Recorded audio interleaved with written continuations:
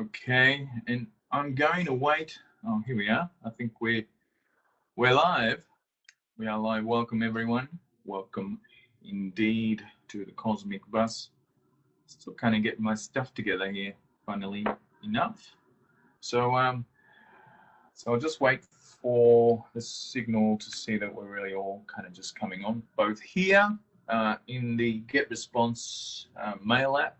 There's a lot of those people out there who are joining me for the first time, perhaps, people who are not officially on the bus, and also all the bus subscribers who are joining me live on Facebook, or maybe here if they don't like to go to Facebook.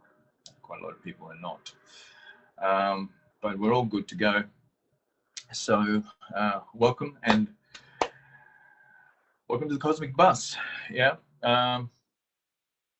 we do this every week with the regular subscribers, but I think on this particular event, this is a very special event coming up next week, next Sunday, my time,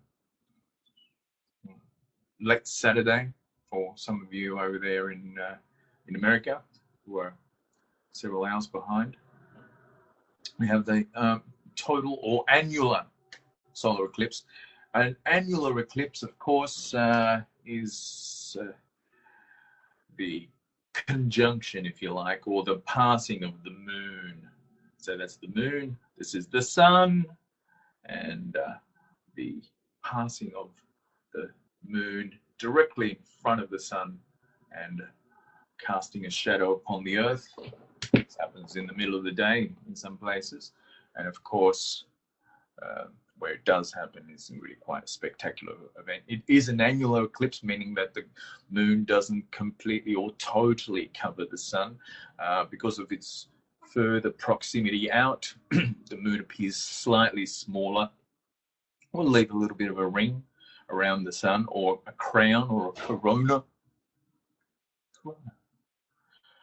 It is one of two solar eclipses this year, and another one at the end of the year.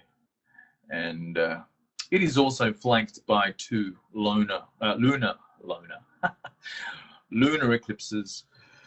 One that happened a couple of weeks ago, or actually just last week, the lunar eclipse in Sagittarius was a penumbral, so it was fairly mild, but also very hard hitting because of its T-square to Mars. Mars, of course, planet of war, anger, aggravation, inflammation, has got us all a little bit all huffed up. Mars, of course, in sign of Pisces, brings out the more vulnerable side of ourselves, and of course where we feel like we've laid ourselves open to situations where we've had to sacrifice way too much, and of course, you know, sometimes feel victimized or put into positions where our own integrity or our own boundaries are being compromised. We're seeing a little bit of that hostility, that anger, that inflammation going on, and of course, you know, where the lunar eclipse is involved with Sagittarius. Sagittarius does tend to be a little bit self-righteous, thinks he knows everything, of course. In a lot of cases, he does, actually. Sagittarius can be rather a worldly figure. But you can really only know as much as it can be known. You can't go beyond, you know, what is available. And, you know, of course, Sagittarius has this tendency to generalize or fudge over the gaps of what he doesn't know with his intuition, which is wonderful. Yeah, this is how we develop hypotheses and theories. And of course, we have all kinds of theories, from scientific ones to philosophical ones to religious ones. You know, we assume certain things because we come at it from a very learned place. We observe, and then we put things together, and we come up with this kind of generalities that make sense to us, which can be great, you know, but also, as I said, you can only know what's known, and tomorrow always reveals a new knowledge, new truth. What we tend to attribute to science, academia, religion, Bibles, philosophies, tends to be erring to the side that, well, okay, you know, because it's in the Bible, it must be true, and we don't need to know anything else. And if it's not in the scriptures, if it's not in the history books, it's not in the scientific journals, then can't exist, right? There's big mistakes that humans make, but we also make these things on a daily level. Yeah, how many times do you kind of assert something that you think is the absolute truth, only to be really kind of exposed sometimes to your own level of ignorance or arrogance or smart arsiness? We got a lot of that. I mean, in the last lunation, we started to see how, and particularly with the South Node now in Sagittarius, got to see how people still assume things that are supposedly true, but aren't willing to listen to the facts, aren't willing to do the research, listen to one another, listen to what's coming in afresh, put down the history books, put down the scientific journals, put down that dogma, that religious Bible dogma, and just listen to what's going on around us today. Yeah, lots of changes are happening. Lots of new, wonderful incoming through. Lots of new ways of looking at the old in ways which is possibly not resonating with our quest for truth. Yeah. One thing we've learned in the last 18 months with the North Node in Cancer and the South Node in Capricorn is to go with our feelings on things, yeah, and to let go of all these structures and rules and regulations and this kind of obsession to control everything and have everything planned and easy to predict, yeah. We've learned this because in another way, I suppose, with Saturn, Pluto, Jupiter, and all the other shamodel coming through Capricorn, the world, the structure, the three-dimensional precepts and constructs that we have known to work for us in terms of business, in terms of science, in terms of our understanding of arbitrary reality, are starting to crumble apart. Yeah, Pluto has this bone-crushing effect when it goes through with Saturn, and then that whole premise of what we thought was real, what we thought was acceptable, what we thought was everybody's standard, is starting to fall apart. And so hence, we realize too that we're kind of disconnected from our own emotional selves, our own personal selves. We're heading towards that Cancer North Node. We're also starting to see what kind of cost that has taken, not just on our own personal nature, but on the nature of the planet. Yeah, it's natural that, you know, in the course of evolution, there's going to be some changes. There's going to be some things that are falling away. With evolution, always you're going to get some sort of species mutation or extinction, even. Yeah, of certain species. But we've managed to kill off quite a lot. In fact, I mean, prior to all this COVID-19, COVID-20, COVID-21, all these things that are being carefully tagged and aligned for us in the next 2 or 3 years. There's also this, in the backdrop, this understanding that we are actually intercepting not just nature itself, but we're also intercepting the ecosystem of the world's atmosphere. Yeah, climate change is still climate change. It's still going on, and maybe, you know, we've managed to give it a little bit of a break with our busyness. Stop being busy in the last 3 or 4 months in this lockdown stage, but we're going to get back to it now. And our sense of values, our sense of understanding in that is starting to also mutate, evolve. Yeah. So whilst it looks at this point like everything is really in a very chaotic state, it's all rather very much in sync with what the grand plan is. Yeah. We have to shift from a place of thinking that we know everything and start to open our eyes to, well, at least talking to one another, at least listening to what's going on the other side of the fence. Naturally, that's going to be initially very, very challenging, very difficult. Yeah, naturally, as we're still coming away from this obsession with money, status, importance in the world, having some sort of a career which is kind of higher than other people, getting to the top of the food chain, all Capricorn type of things. Yeah. And shifting in out of Capricorn into Aquarius, which is a more egalitarian, more equanimous, more evenly distributed, more respectful to one another scenario. We have to kind of overcome this obsession that we have to control everything. Yeah, that's a real Capricorn thing. Capricorn, of course, wants to control everything because it really feels like if things are under control, then there's not going to be any disappointments, any letdowns, any embarrassments, any effect to our reputation and our credit rating and our economy and all those things. Yeah. But it can go to the point where it almost denies nature altogether. Yeah. What happens? What happens in this grand lunation in a week's time when the sun, the moon, come to this alignment, this exact alignment, and it's quite strategically poised too, because if you see here, that's Cancer, that's sort of Gemini. Sorry, the sun is coming out of Gemini.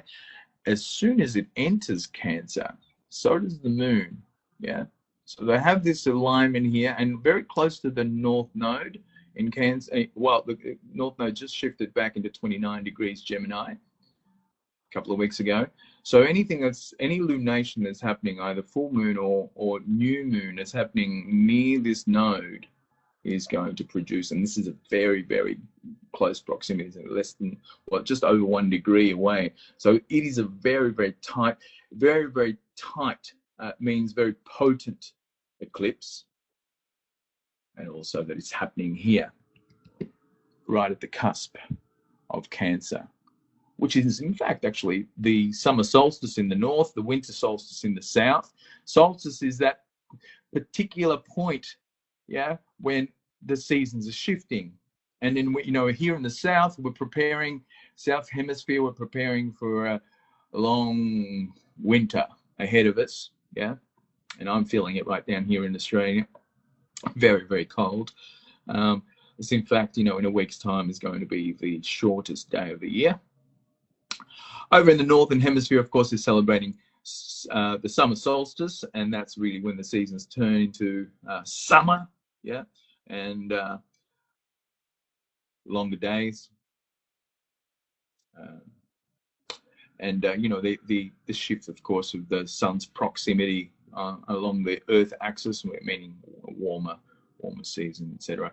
But looking at the event that's happening here right on the solstice, and of course anything at the very beginning of a cardinal sign, all cardinal signs, Aries, the equinox here, it's the Aries point, 0 degrees cardinal signs, also 0 degrees Libra and 0 degrees Capricorn. Those are the season shifts.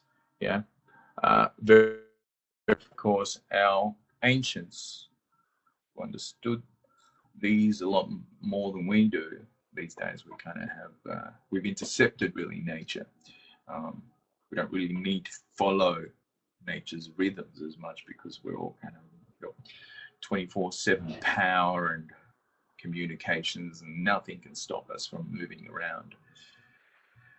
But in those days, they really kind of revered these moments, these turning points in time, One thing we do know as astrologers is that regardless of the fact that we're ignoring nature, that these are very, very strong points in terms of how they affect us. Anything on the cardinal or the Aries point axis affects the world, it affects the entire planet, and it really is quite phenomenal to be having a solar eclipse so close to the node and also right on 0 degrees Cancer. This is an important time, and eclipses are not like your normal new moon who's going to leave a lasting effect for a month or two. Eclipses like this, particularly if they're happening on your birthday, or they're happening to affect a personal sign in your chart, moon, Mercury, ascendant, midheaven, anything really that's kind of a weighted or angular importance in your chart, if activated by this, is going to be rather an important sort of sign in your life that something's are needing to change. So what's Cancer? Cancer, as we know, Cancer is the crab, right? And the crab's a water-dwelling creature. Water is much to do with emotion, feelings, and Cancer is a cardinal water sign, which means cardinal is an initiative, yeah? It launches, it likes to lead the way. So leading the way in an emotional way means it sets off to create an emotional relationship with its environment. Now, Cancer, we know the crab is, likes to live in their little hole, yeah? It's got the pincers, which can be quite snappy, yeah, quite crabby, particularly if you try to threaten it. If you try to come into its little hole, it'll just it'll go pretty much into defensive mode. It likes to dwell in its little hole, and if you observe what a crab does, it goes around and collects things, and it's really connected because it lives slightly underground. It is rooted in its habitat. It likes its habits. It likes to collect things. It can get a little clingy, cling, and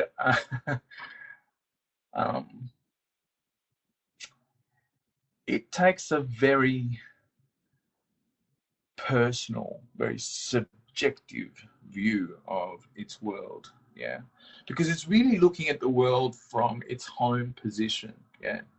And if it can't bring it home, if it can't keep it in the home, then it's probably not welcome, yeah. It's probably not part of its thing. Now, it's not to say that if you're a Cancerian, you can be quite outgoing, and I notice this more with Cancerian women. They can be really kind of career driven, but I think it's really all about maintaining some sense of security and ensuring that I've got a house, I've got a home, I've got somewhere that I can, bring things into and hold things in a protective way. And of course, create a habitat, a series of recipes that everybody can feel nurtured and nourished with, a whole kind of space which is feels like home. It feels secure. It feels like when you enter that space, you're okay, you're welcome, you're part of the family, part of the inner sanctum. And being opposite the Capricorn, of course, Capricorn is really rather the opposite in the sense that it doesn't really care about all those personal things. It tries to look at things in a very objective way rather than a subjective way.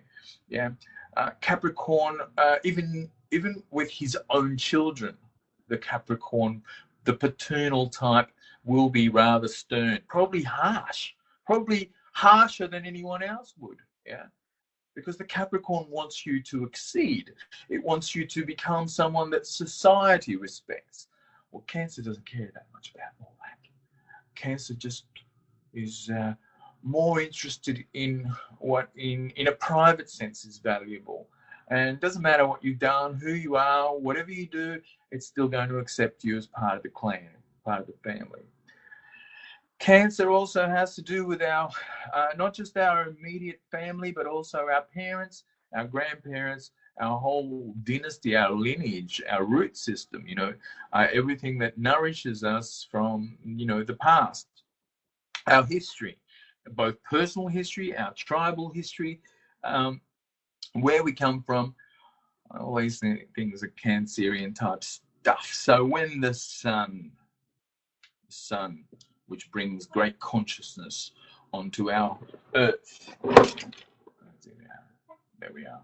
Okay, wow, there it is, right? The star of the show, the light, the self-emanating creator God, yeah, generates his own stuff. Anything that generates his own material is got to be an authority, yeah.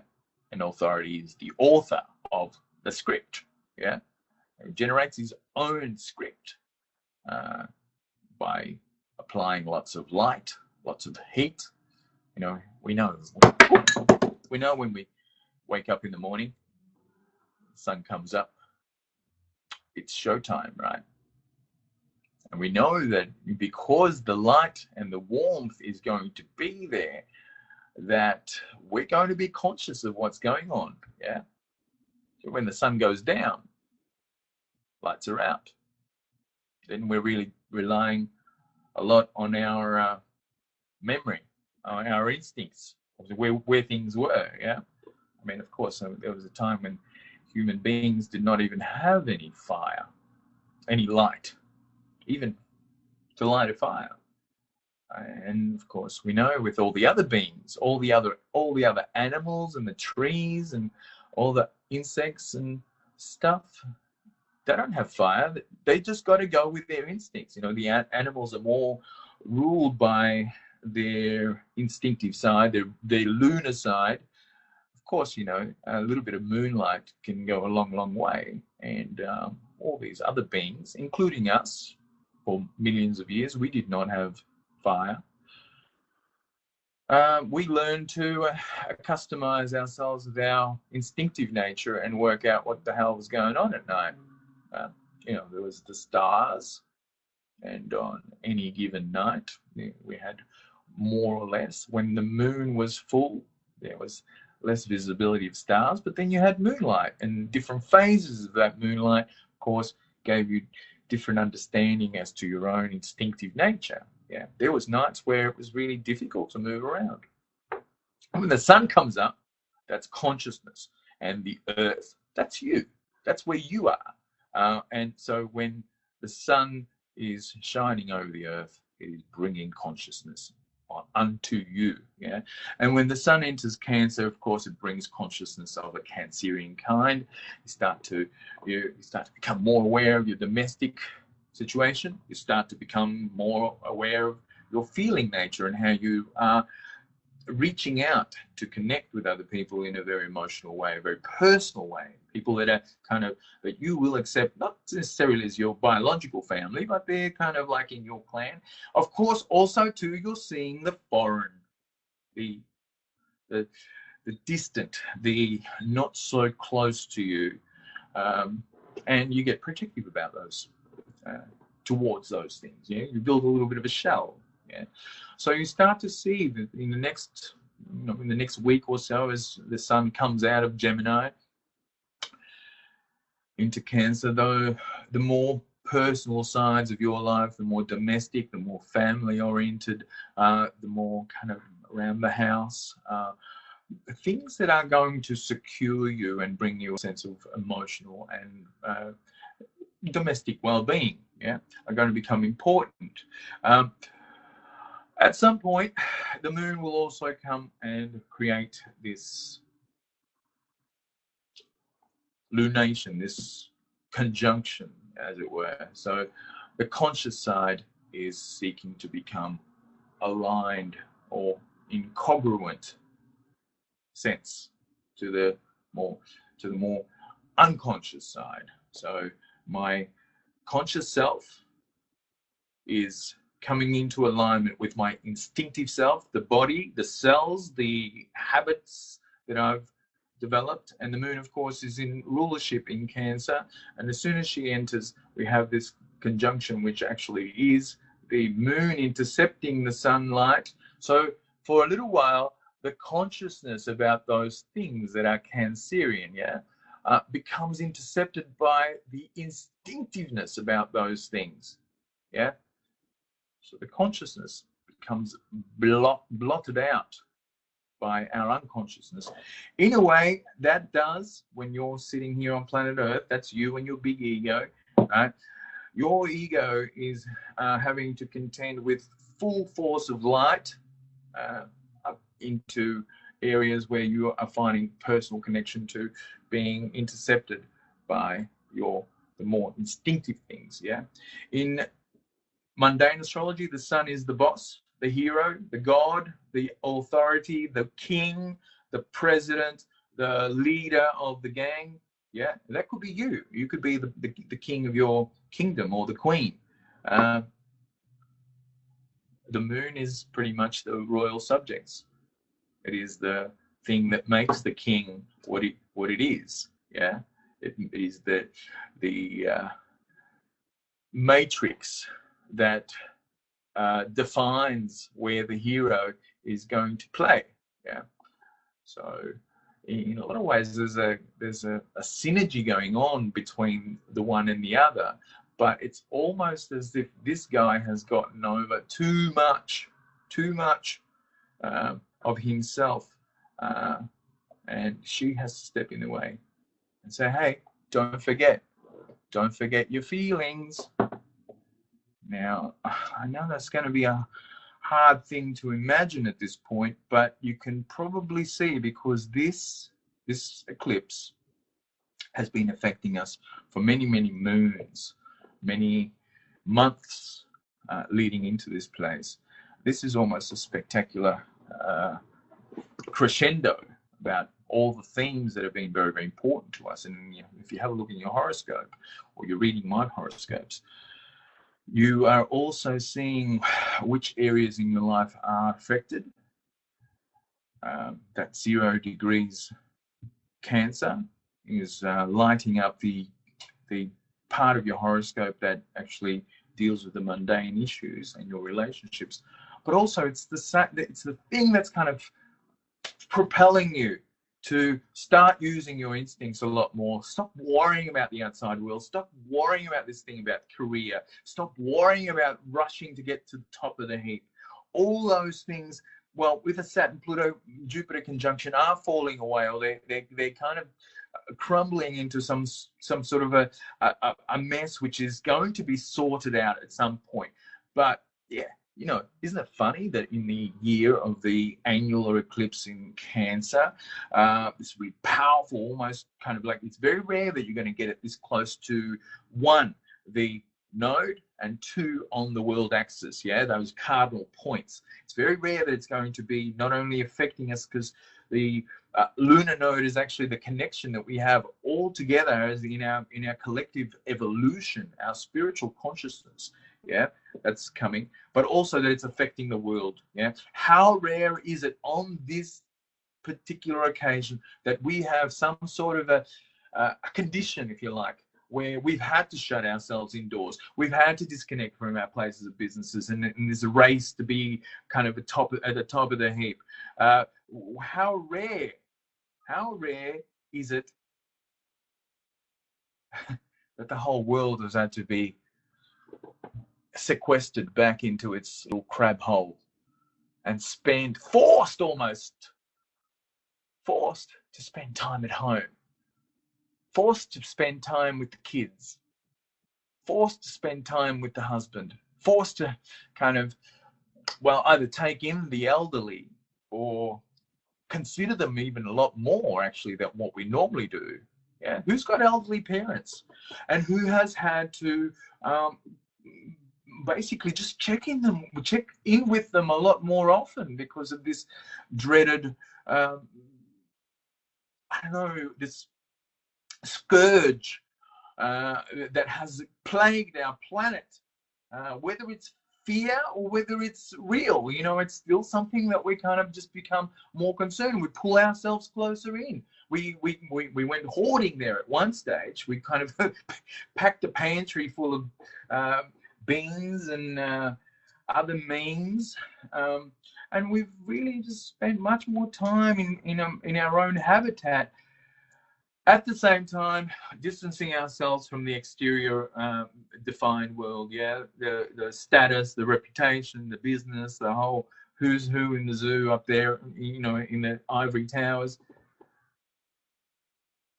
So it's not a sudden thing, yeah.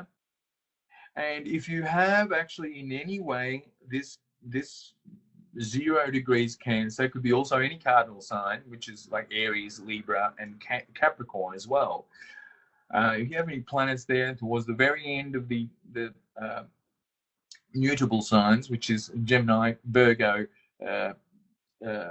Sagittarius, and Pisces, very late degrees of those mutable signs, 25, 26, 27 degrees, etc., and very early degrees of the cardinal signs, then you've been affected.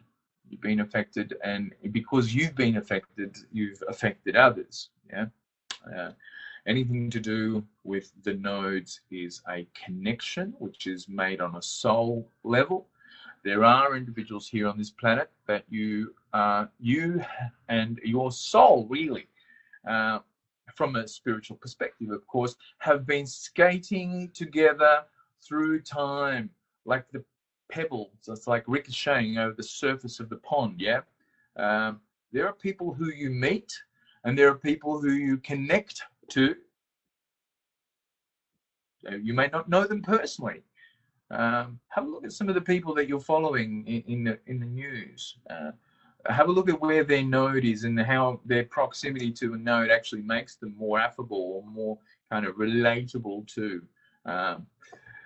And have a look at how those people align to your own chart. I mean, they're having an effect on you. Their course of navigation through life is having some sort of an effect on yours, whether it's personal or whether people in your life, people who are really meaningful to your evolutional growth, yeah, whoever those people are, will have some sort of a soul connection via the nodes, the North and South Node, yeah. South Node, of course, is, you know, where we've been, where our spirit is moving away from. These are qualities that we bring onto this plane that are actually quite nice, feel really gratifying to enjoy, but they're not going to bring us the kind of soul explosion and the evolution, the growth that we need in this life. Yeah. So when you get this North Node eclipse here at the very beginning of Cancer, and its effect is kind of at least 6 to 12 months leading into it. Now we're at the crux point. We are coming to a place where we're really starting to understand our connection to our own self, our emotional self, our connection to our family, our immediate family, our parents, our connection to our tribe, yeah, the whole 3, 4, 5, 6, so how many generations that came before you, getting in touch with your roots, but also too understanding what's your greatest habitat. Your greatest habitat is your culture, yeah. Your greatest habitat is the language that you speak and all these things that you've inherited, like, you know, customs and religions and the history of your clan. The history, of course, according to how it was written by the historians in your clan. And of course, wow, isn't it interesting that at this point in time, a lot of our past is coming up to question, yeah. Mainly because, you know, this is actually this pair of eclipses now, this Cancer eclipse, right at the very 0 degrees Cancer, and the lunar eclipse, which is going to follow in two weeks after that, which is in Capricorn, is the last we're going to get of the Capricorn Cancer lunations. Yeah, we reach this period of time. This is 18 months where we have been looking at the inner and outer world and our connection to it. getting to understand it from a more objective place, and also seeing it from a much more intuitive, instinctive place of what we really are, who we really are towards one another, how we fit into a society, and how is this society fostering and nurturing us without judgment and without this need to compete and to kind of compartmentalize ourselves from one another. This pressure to fit in is going away, and we're moving into a different paradigm, if you like, with the north-south in Gemini Sagittarius, where we're learning to understand one another a little bit more, learning to let go of all these truths, all these prophecies of how things are and how they're going to be, by actually paying more attention, listening to one another, and actually creating more dialogue. And that's going to be difficult, but it's a very necessary part. At this point, the 0 degrees Cancer eclipse is also in a very challenging relationship to on this chart. One of them being this, well, we call it a quincunx, or inconjunct. It's 150 degrees. It's not 180 degrees, so it's not of the opposite polarity. This relationship with Saturn at the and Saturn is in retrograde at the moment, going out of Aquarius and back into Capricorn. There's some trouble coming up now.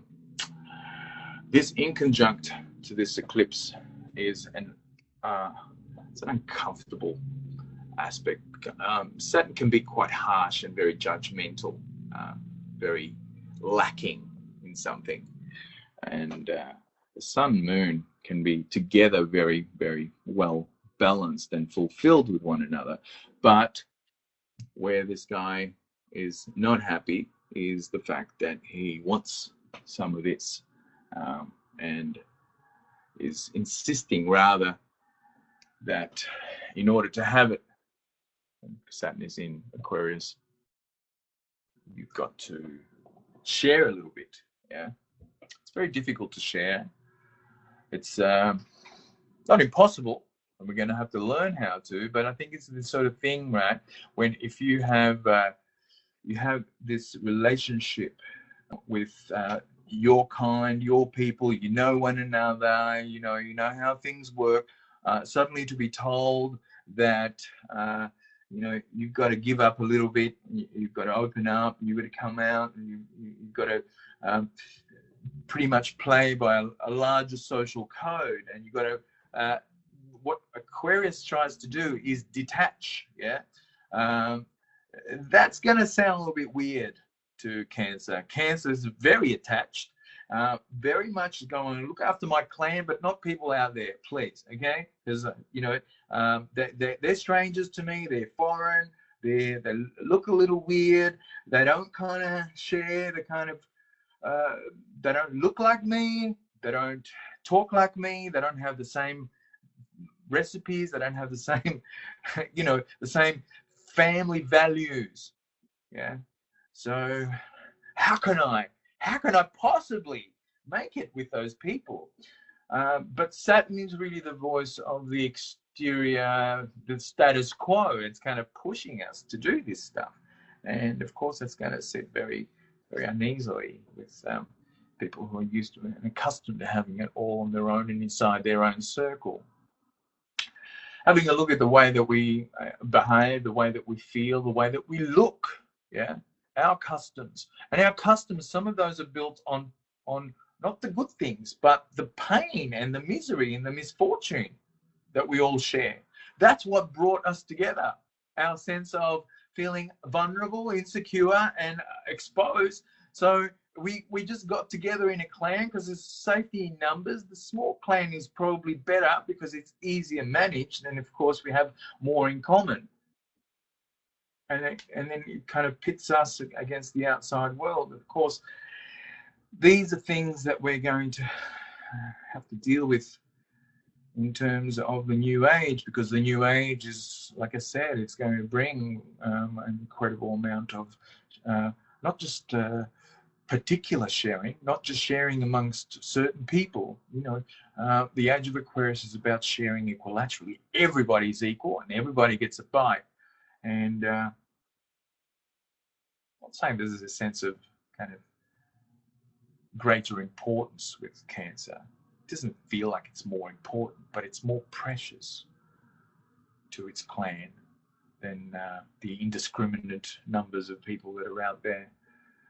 So Cancer's been getting a bit of a hard knock with Capricorn, all this stuff in Capricorn the last couple of years. Yeah, it is much harder. It is much harder to be an isolated unit in your own little crab hole.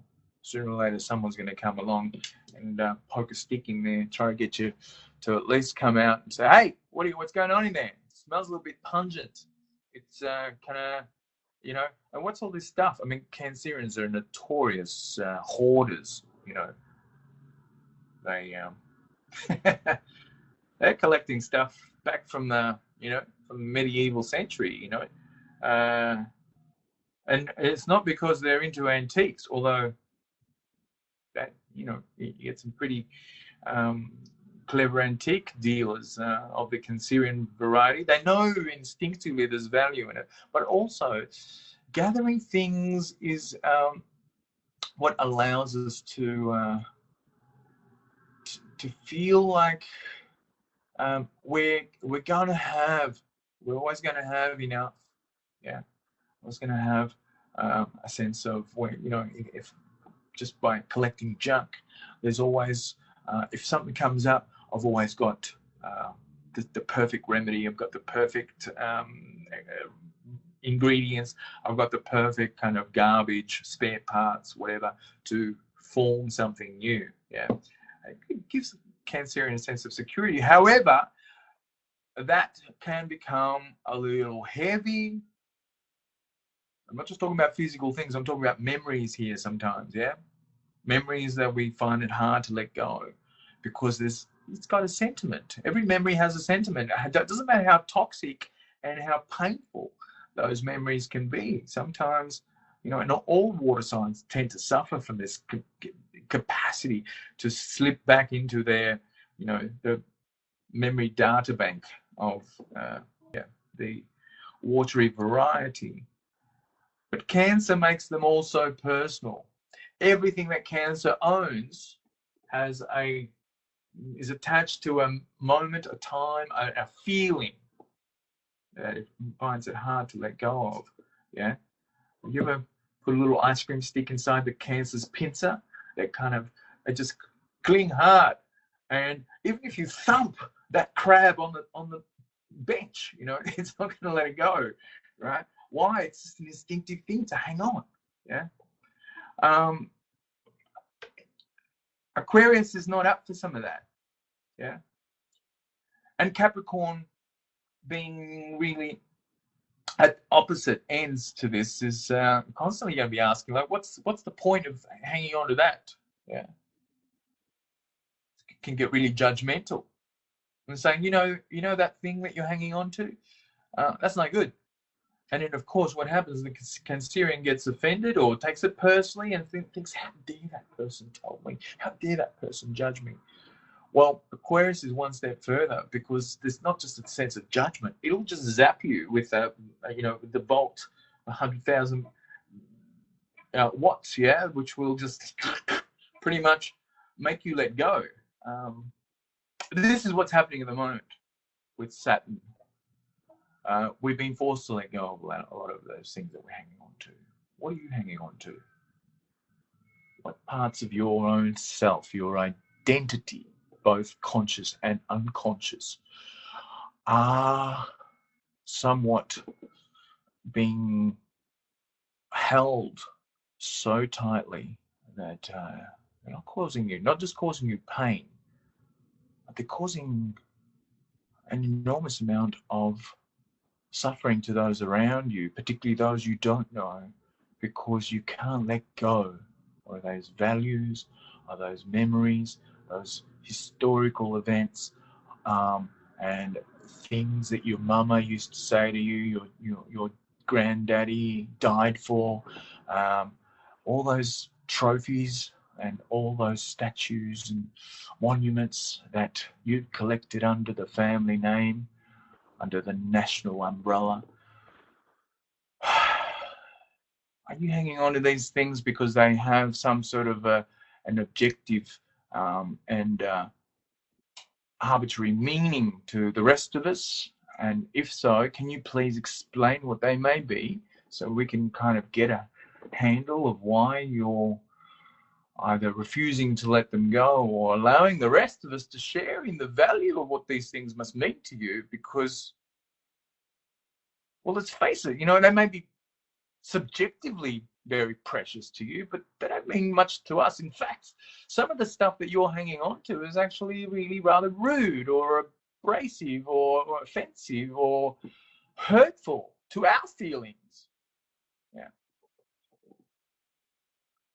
So here is this very difficult aspect coming from Saturn. Like I said, this is not new, but it's kind of now coming to that point. Now, Saturn in a few days himself will exit back into Capricorn. And around the time, of course, of this lunation, around about the lunation is actually on the 17th, or sorry, the 21st is the solar eclipse. A couple of days before that, we get Mercury's turning retrograde here in Cancer himself. Yeah, Mercury entered his shadow zone here at the very, very end of May 31st. Yeah, so some of the issues that have been coming up, some of the information, if you like, that we've been working with in the last couple of weeks is going to be the very same information. Now, what's happened in the last couple of weeks? Have a look in your world. Yeah, what sort of things from our own personal plethora, those clingy things, those both physical, emotional, but mainly emotional things that we've been clinging to, coming into some form of a trigger. Yeah, because Mercury has also been affecting Chiron here, squaring Chiron. Yeah. Chiron in Aries, triggering off all kinds of past wounds. What sort of things, what sort of discussions, what sort of matter is being raised? Because that's the kind of stuff that will endure its way all through June and July. Some of the arguments we're having, particularly they get more and more heated here towards the end of July when Mercury finally goes direct again and then becomes square to Mars, who's by this stage well and truly entered Aries. Now, Mars in Aries is at home. It's in its kind of warrior zone and will remain from the end of June in Aries. Yeah, and I'll be talking about this extensively in the weeks ahead. This is going to be a very inflamed time. Yeah, if we've seen an inkling of what's to come with the Mars in Pisces, we've also seen the aggravation of old wounds and old situations where we've sacrificed ourselves. We've laid ourselves open for abuse. Yeah. When Mars hits Chiron and then later on with Aries, there's not going to be that sense of waiting. There's not going to be that sense of allowing ourselves to give the world the benefit of the doubt. When Mars goes into Aries, doesn't really have any patience at all. And because, of course, at some point will become square to Saturn, Jupiter, Pluto, these forces that are conspiring to hold society together, the old world which is crumbling apart thanks to Pluto. We're going to see some sort of conflict coming through. A lot of it is related to this solar eclipse. Yeah, this solar eclipse is very potent. It dominates the theme for the entire year. Yeah, this solar eclipse in Cancer, these elements of ourselves that want to maintain some sense of an emotional connection to our kind, our gang, our family, our familiar ground. Yeah. So you're going to see, people getting very defensive, particularly when Aries comes to the Aries point here. This only happens maybe a week. Yeah. Mars enters Aries less than a week after the solstice. That's on the 27th of June. So Mercury already in retrograde means that we're highly reactive now to thoughts that we've already thought through. Yeah. But we're taking much more personally. Venus remains herself retrograde until the 25th of June. So you get this period here where between the 17th and the 24th of this month, June, where both Mercury and Venus are in retrograde. It's a very special, very rare event that happens when you've got both the morning and evening stars in the retrograde position, because really for about 5-6 days there's a lot of meditation going on, there's a lot of reflection going on, and there's a lot of taking things very, very personally. Yeah. And when things roll on again, of course, at the very beginning of July, you start to see the effects of those very things that personally affect us now starting to become projected out into the world. Yeah. I will have a full synopsis of these for each of your signs in the 12 horoscopes. It is a very difficult medium for me to engage on this one. So this will be the last open to the public webinar that I have on this particular format.